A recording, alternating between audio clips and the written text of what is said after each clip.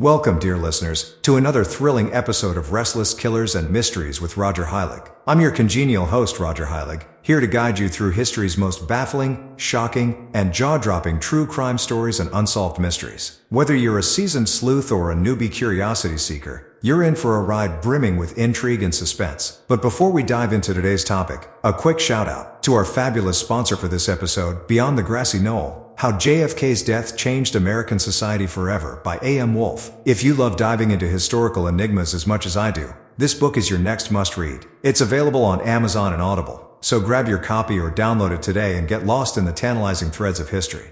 Alright, let's set the stage. Imagine a scene straight out of a spy thriller. A bustling international airport, unsuspecting travelers hurrying about, and a sudden, swift, and deadly attack that leaves the whole world stunned. Sounds like a movie plot, right? But today's story is no work of fiction. We're unpacking the cold-blooded assassination of Kim Jong-nam, the half-brother of North Korea's enigmatic leader Kim Jong-un. In February 2017, the world watched in shock as news broke out of Kuala Lumpur International Airport. Kim Jong-nam, a member of the secretive and powerful Kim dynasty, met his untimely end at the hands of two women wielding a deadly nerve agent. But who was Kim Jong-nam, and why did his life end so abruptly and dramatically? What does this tell us about the brutal lengths some will go to maintain power? And how did the international community react to such a blatant act of political violence? These are the questions we'll explore in today's episode, so make sure you're comfy and settled in. Trust me, you won't want to miss a single detail as we navigate through the twists, the motives, and the intricacies of this captivating case. Alright, time to dig in. Buckle up, because it's time to unravel the web of intrigue that surrounds the assassination of Kim Jong-nam. Let's get started.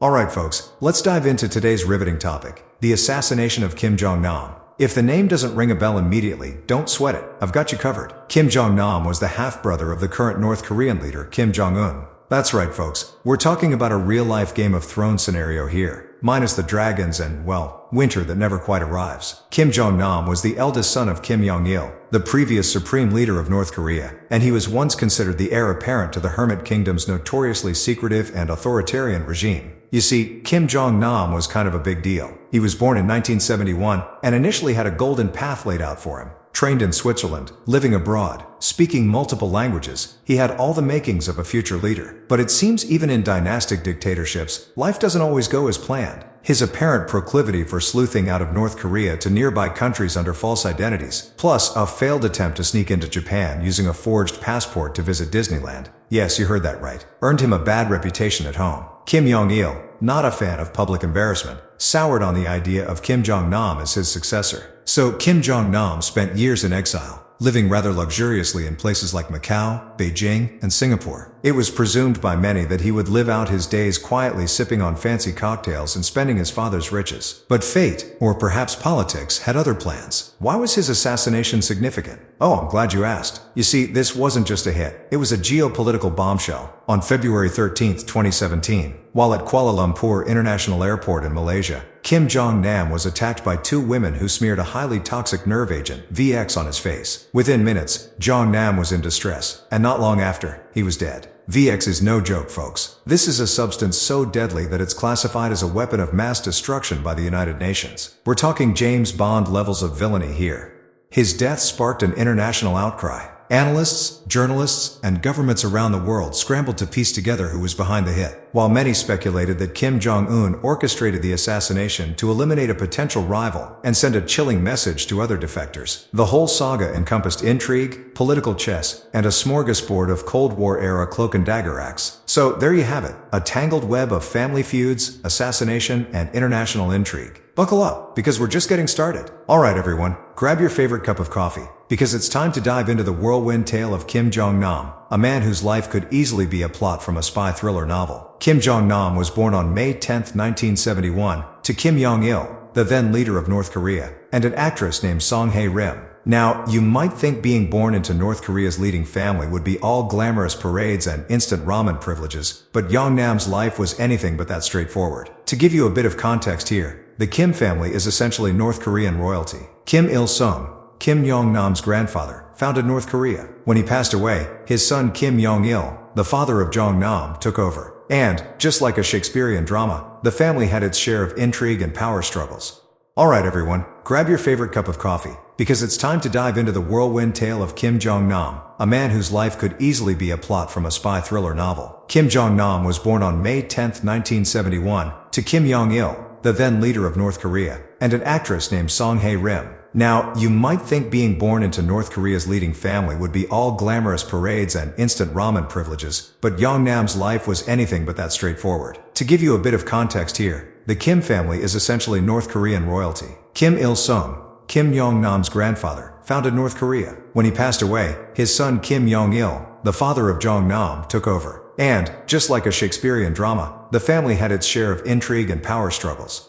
In his early years, Kim Jong-nam was groomed for greatness. He was sent to elite schools in Switzerland and Russia, where he had the opportunity to see the world outside the hermetically sealed bubble of North Korean propaganda. This international exposure was both a blessing and a curse. While it broadened his horizons, it also made him an increasingly awkward fit for the reclusive, insular regime back home. Jong-nam was initially considered the heir apparent, poised to follow in his father's footsteps. However, things began to unravel due to a few critical missteps. Let's paint a picture of young Jong-nam, known for his love of the high life. He was seen frequenting luxurious spots in Tokyo and spending lavishly, a habit that didn't exactly gel with his father's more austere public persona.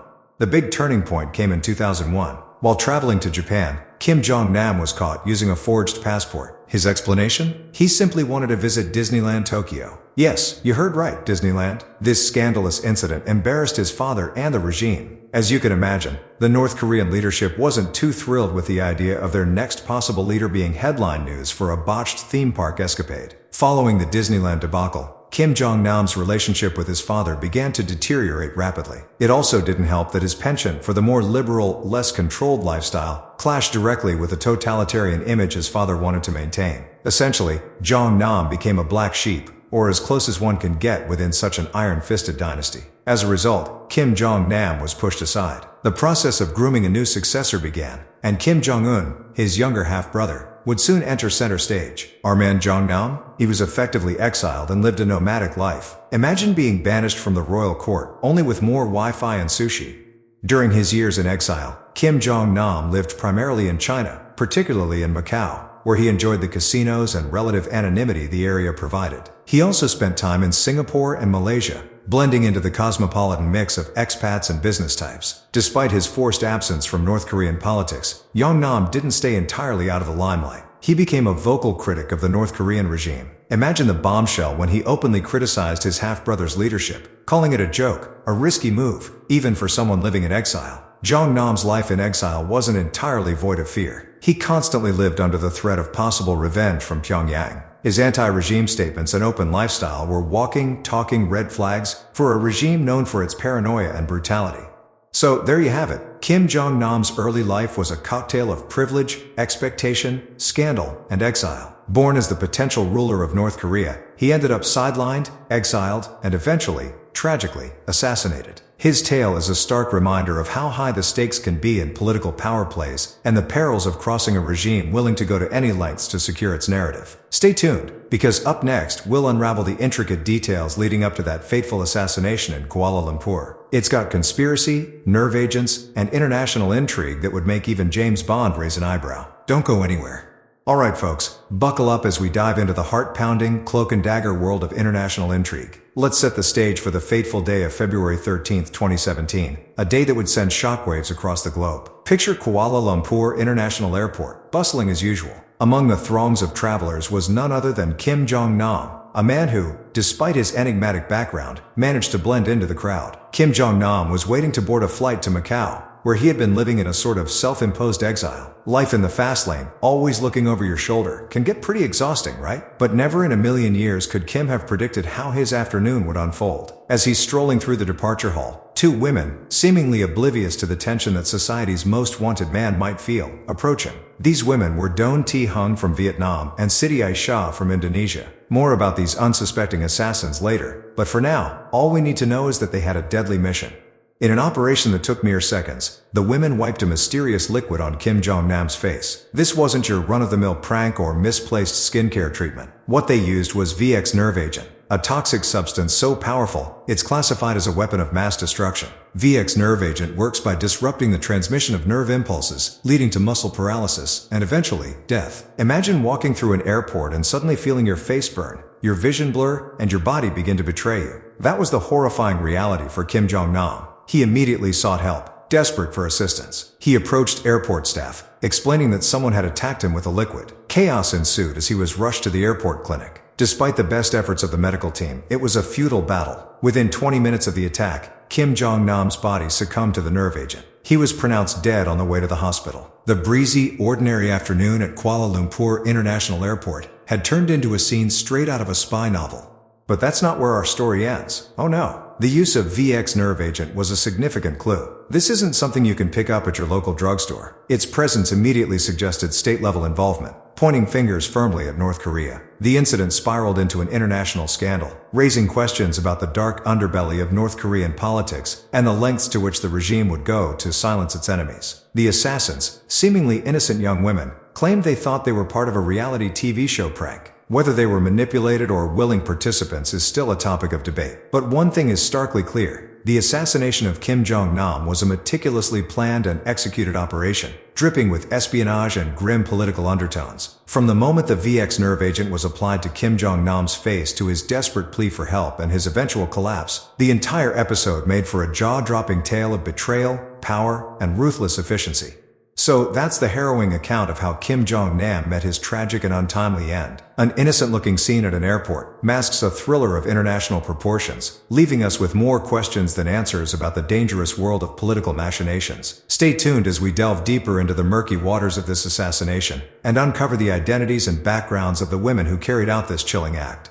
Don T-hung and Siti Aisha, the names that might sound like your everyday women, but on February 13, 2017, they became infamous for their roles in the assassination of Kim Jong-nam. Let's dive into who these women were and how they found themselves at the center of a global intrigue. First up is Don T-hung from Vietnam, a 30-something woman who, at first glance, seemed to be chasing the dream of fame and fortune. She had aspirations of making it big in showbiz, participating in a Vietnamese talent show, and working odd jobs as a nightclub hostess and a cafe worker. Her friends described her as kind and unassuming, hardly someone you'd peg for an assassin. On the other hand, Siti Aisha, hailing from Indonesia, painted a picture of a different kind of struggle. A divorced mother, she moved to Malaysia and worked primarily as a masseuse. Her background was even more modest than Hung's, laced with the hardships of providing for a young son while navigating the uncertainties of her job.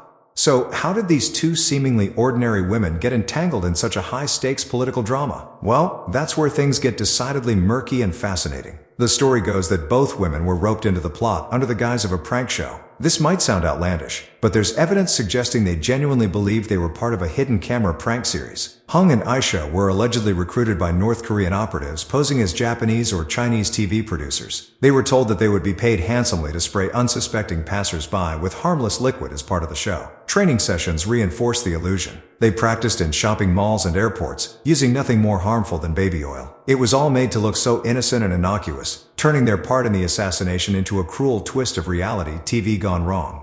On that fateful day, as Kim Jong-nam walked through the bustling Kuala Lumpur International Airport, Hung and Aisha approached him from different angles. It was a choreography that would make any director proud, except the liquid they used was far more deadly than baby oil. It was VX nerve agent, a substance so potent that mere milligrams are lethal. Hung was the first to approach, smearing the agent on Kim's face, followed swiftly by Aisha doing the same. Unbeknownst to them, they had just executed a hit designed to shock the world. Their arrest soon after was inevitable. They left a trail easier to follow than a Hansel and Gretel breadcrumb path. Malaysian authorities quickly pieced together their movements, identifying the women through surveillance footage. Shock, disbelief, and panic ensued.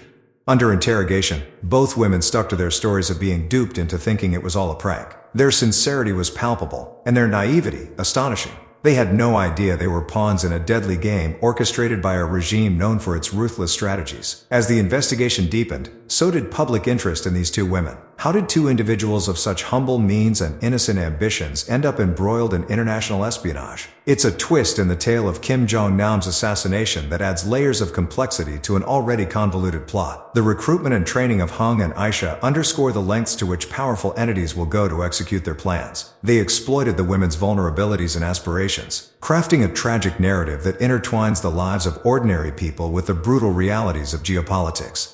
So there you have it. Don T. Hung and Siti Aisha, a Vietnamese aspiring starlet and an Indonesian single mother, became key figures in one of the most notorious assassinations of our time. It's a story that raises more questions than it answers, and leaves us pondering the shadows where international power struggles are secretly played out. The assassination of Kim Jong-nam was shocking, not just for its audacity, but for the cascading series of clues and conspiracy theories that followed. So, let's dive into the nitty-gritty of the investigation conducted by the Malaysian authorities and unravel the many threads they had to tug on. First, let's set the scene. February 13, 2017, at Kuala Lumpur International Airport. Kim Jong-nam is preparing to board a flight to Macau when he is approached by two women who smear his face with a mysterious substance. Within 20 minutes, Jong-nam is dead. The immediate medical examination reveals he was exposed to VX nerve agent, a highly toxic chemical weapon. So, from the get-go, the Malaysian authorities knew they were dealing with something big. VX isn't your run-of-the-mill poison. It's a chemical weapon banned by the Chemical Weapons Convention. Its presence alone pointed to a sophisticated operation. The first big question for investigators: who were these women? They were quickly identified as Don T. Hung, a Vietnamese national, and Siti Aisha from Indonesia. Both were captured on CCTV calmly walking away from the scene, not exactly what you'd expect from professional assassins. When questioned, Don and Siti claimed they thought they were participating in a prank for a TV show. This seemed absurd, but was it? It turns out, both women had been approached by men in the months leading up to the attack, and tricked into believing they were part of a hidden camera show. They had even participated in a series of pranks where they smeared harmless substances on unsuspecting strangers. These stories, though wild, added a layer of complexity to the investigation. If the women were telling the truth, who were the masterminds behind this convoluted plot? The Malaysian police zeroed in on 4 North Korean men who had been seen with the women prior to the attack. These men, identified as Ri Ji-yu, Hong Song-hak, Oh Jong-gil, and Ri Jae-nam, left Malaysia immediately after the assassination, only fueling suspicions about their involvement. Further digging revealed these suspects had ties to North Korean diplomatic and intelligence circles. This wasn't a prank, it was a calculated political assassination. Next came the diplomatic fallout. North Korea was quick to deny any involvement, claiming the victim was not Kim Jong-nam but someone else, using a different passport. Yet biometric and DNA testing confirmed the identity beyond doubt. One of the most compelling pieces of evidence was the nerve agent itself. VX is not something one can easily obtain, and its use signaled not just intent but a capability associated with state actors. North Korean agents had already been implicated in other siloed assassinations globally, adding weight to the theory that this was a high-level operation. During the investigation, Malaysian authorities gathered an array of evidence, including CCTV footage, testimonies, and forensic data. They pieced together the suspects' timelines, revealing a clear pattern of rehearsals and practice runs supervised by the North Koreans. One theory suggested that the motivation was directly linked to Kim Jong-un's desire to eliminate rivals. Kim Jong-nam had been living under Chinese protection and had shown no public desire to challenge his brother's rule. Yet, his very existence posed a latent threat to Kim Jong-un's grip on power. In the backdrop, some speculated about a potential power play within North Korea itself, involving factions that either supported or opposed Kim Jong-nam. On the international front, the incident triggered a slew of diplomatic responses. Malaysia expelled North Korean diplomats, and North Korea responded in kind. Toughened stances against Pyongyang and increased scrutiny on its foreign operations ensued globally. The investigation also examined the broader network of North Korean operatives. The discovery of a chemistry lab in Malaysia linked to the regime raised questions about how extensive North Korea's reach truly was. Through their embassies and international businesses, it became clear that North Korean agents continued to leverage complex, masked operations beyond their borders. As the investigation wrapped up, it confirmed at least one thing. This was not the work of two amateur pranksters, but a meticulously planned hit orchestrated by a rogue state. The narrative might be fit for a Hollywood thriller, but for Kim Jong-nam, it was a fatal rendezvous with destiny. In deciphering the motives, methods, and implications, Malaysian authorities exposed an intricate global web of espionage, geopolitical machinations, and familial treachery. The assassination of Kim Jong-nam, with all its elaborate layers and dark undertones, remains a chilling reminder of the lengths to which some regimes will go to maintain power. When we think about the assassination of Kim Jong-nam, it's impossible to ignore the seismic political implications that rippled across the globe. This wasn't just a cloak and dagger affair. It was a calculated move that shed light on the North Korean regime's inner workings and its relentless efforts to consolidate power. So, what were the political ramifications for North Korea and its international relations? Let's dive in. First, let's consider North Korea's motivations. At the heart of this lie the insecurities of Kim Jong-un, the country's supreme leader. Kim Jong-nam, despite his life in exile, posed a latent threat to his younger half-brother's grip on power. Jong-nam was the eldest son of Kim Jong-il, and at one point the heir apparent. She very existence represented a potential rallying point for dissenters within the North Korean elite, who may have viewed him as a legitimate alternative to the younger Kim's volatile leadership. Kim Jong-un's decision to assassinate his half-brother can be seen as an extreme, yet logical step in a long-standing tradition within the Kim dynasty, rooting out threats to ensure absolute control. By eliminating Jong-nam, Kim Jong-un wiped out a potential rival, sending a clear message to anyone within his regime: defiance will not be tolerated, no matter how far you run or how influential you might be. From an international standpoint, the assassination brought swift condemnation and heightened tensions. Malaysia, where the assassination took place, was one of the few countries that maintained diplomatic relations with North Korea. The murder at Kuala Lumpur International Airport strained those relations to a breaking point. Malaysia recalled its ambassador from Pyongyang and expelled North Korea's ambassador from Kuala Lumpur, catalyzing a diplomatic fallout that saw both nations downgrade their ties significantly. Moreover, the method of the assassination, a brazen attack using VX nerve agent, a banned chemical weapon, flouted international norms and showcased North Korea's recklessness on the global stage. It highlighted North Korea's willingness to employ extreme measures abroad, invoking fears about the regime's potential use of chemical or even nuclear weapons in more significant conflicts. The global response was a mix of outrage and strategic condemnation. Western nations, particularly the United States, seized upon the incident to further isolate North Korea on the international stage. Sanctions were ramped up, choking the already isolated economy further and sending a clear signal that such behavior would not be tolerated. China, North Korea's closest ally and main trading partner, found itself in an awkward position. The assassination underscored the unpredictability of North Korea's actions, pushing China to support some of the sanctions imposed by the United Nations. While China didn't sever its ties with Pyongyang, it did tighten control over the flow of goods and finances, nudging North Korea towards a more cautious stance, at least temporarily.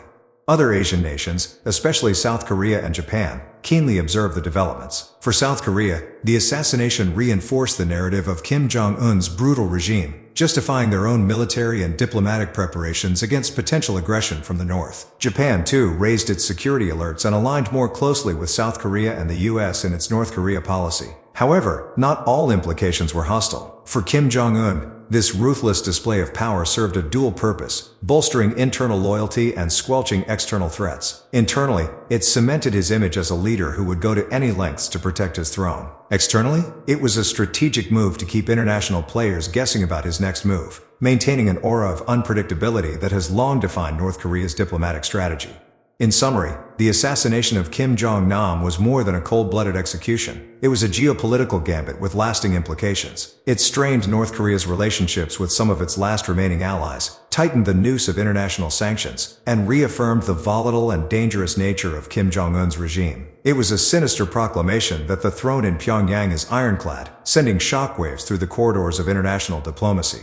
Now, what happens after a high-profile assassination unfolds? Legal drama, of course, and the case of Kim Jong-nam's murder was no exception. Let's dive into the nitty-gritty of the legal proceedings that followed this cloak and dagger tale, starting with the trials of Don Tae-hung and Siti Aisha, the women at the center of the storm. So, let's set the stage. February 2017, Kuala Lumpur International Airport. Kim Jong-nam is attacked with the deadly VX nerve agent. Fast forward, and Hung and Aisha are in the hot seat, charged with murder under Malaysia's penal code, which, by the way, meant they were looking at a mandatory death sentence if found guilty. Yikes! During their trial, both women maintained that they were dupes, tricked into thinking they were participating in a harmless prank for a TV show. Picture it. You think you're pulling off a candid camera moment, and bam, you're facing a murder charge. Their defense posited that they were pawns in a much larger, sinister game probably orchestrated by, you guessed it, North Korean agents.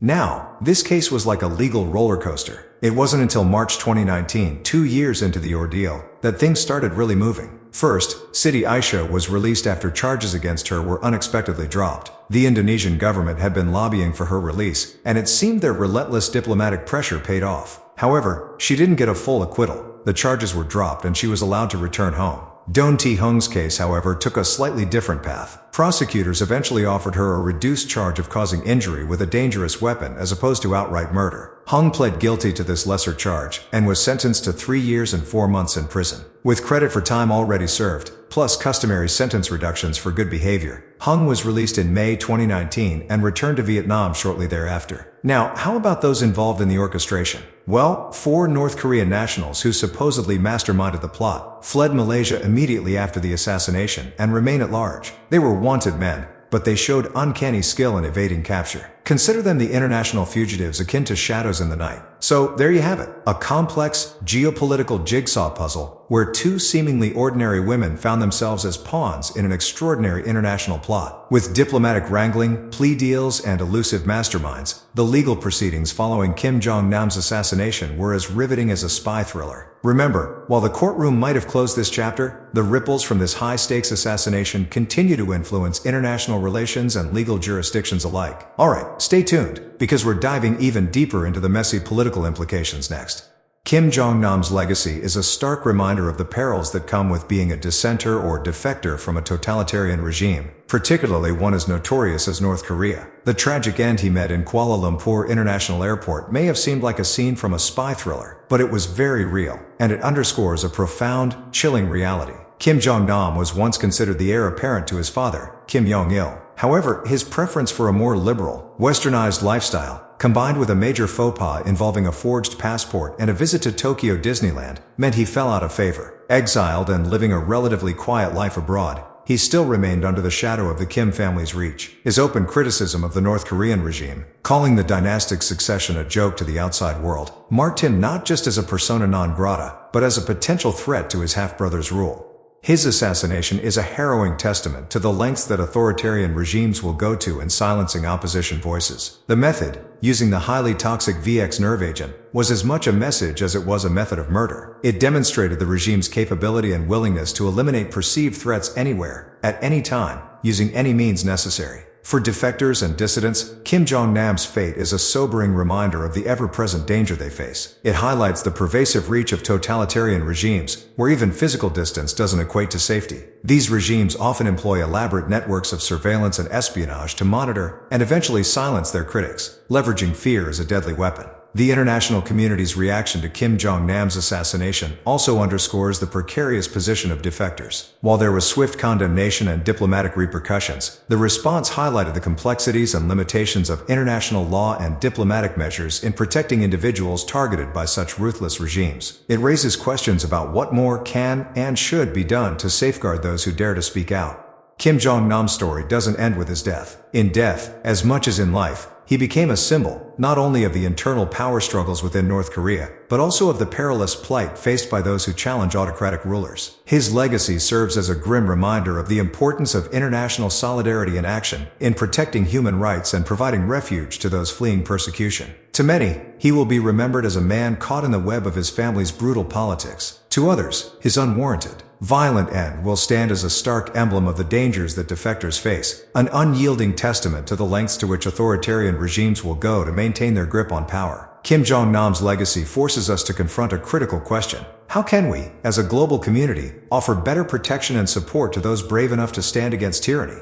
Alright folks, let's wrap this up. Today we've taken a deep dive into the murky waters of international intrigue and espionage, dissecting the chilling assassination of Kim Jong-nam. We started by getting to know Kim Jong-nam himself, an exiled member of the infamous Kim dynasty who once was the heir apparent to North Korea. We ventured through his fall from grace, his life under the radar, and the twists and turns of his controversial existence. We then unraveled the grim details of that fateful day in February 2017, when Kim Jong-nam met his untimely demise at Kuala Lumpur International Airport. We looked at how the deadly VX nerve agent was used and the complex choreography behind the public attack that shocked the world. Next, we met the unlikely assassins, Don T-hung and Aisha, 2 young women who claimed they thought they were part of a prank TV show. We explored their backgrounds, their alleged recruitment, and the murky network that supposedly brought them to that moment in the crowded airport terminal. From there, we navigated through the painstaking investigation led by Malaysian authorities, examining the clues, the evidence, and the many theories about who was truly pulling the strings. We then pondered the political implications of the assassination, the ripples it sent through international relations, the message it sent to defectors and dissidents, and the probable motivations of the North Korean regime. Lastly, we delved into the legal proceedings that followed. We detailed the courtroom dramas, the deals struck, and the eventual fates of Don T-hung and Siti Aisha. Kim Jong-nam's story is a somber reminder of the perils faced by those who become inconvenient to powerful regimes. His legacy underscores the brutal lengths to which totalitarian systems will go to silence their critics. Before we go, a special thanks to our sponsor, Beyond the Grassy Knoll: How JFK's Death Changed American Society Forever by A.M. Wolfe. You can find it on Amazon and Audible. It's a must-read or listen for any true crime aficionado. Thank you for joining me on this journey through one of modern history's most audacious assassinations. If you enjoyed this episode, don't forget to subscribe to Restless Killers and Mysteries with Roger Heilig. You can find us on all major podcast platforms. And hey, if you liked what you heard, please leave a review or share the episode with your friends. Your support helps us bring more fascinating content to your ears. Until next time, keep questioning, keep curious, and keep safe. This is Roger Heilig, signing off.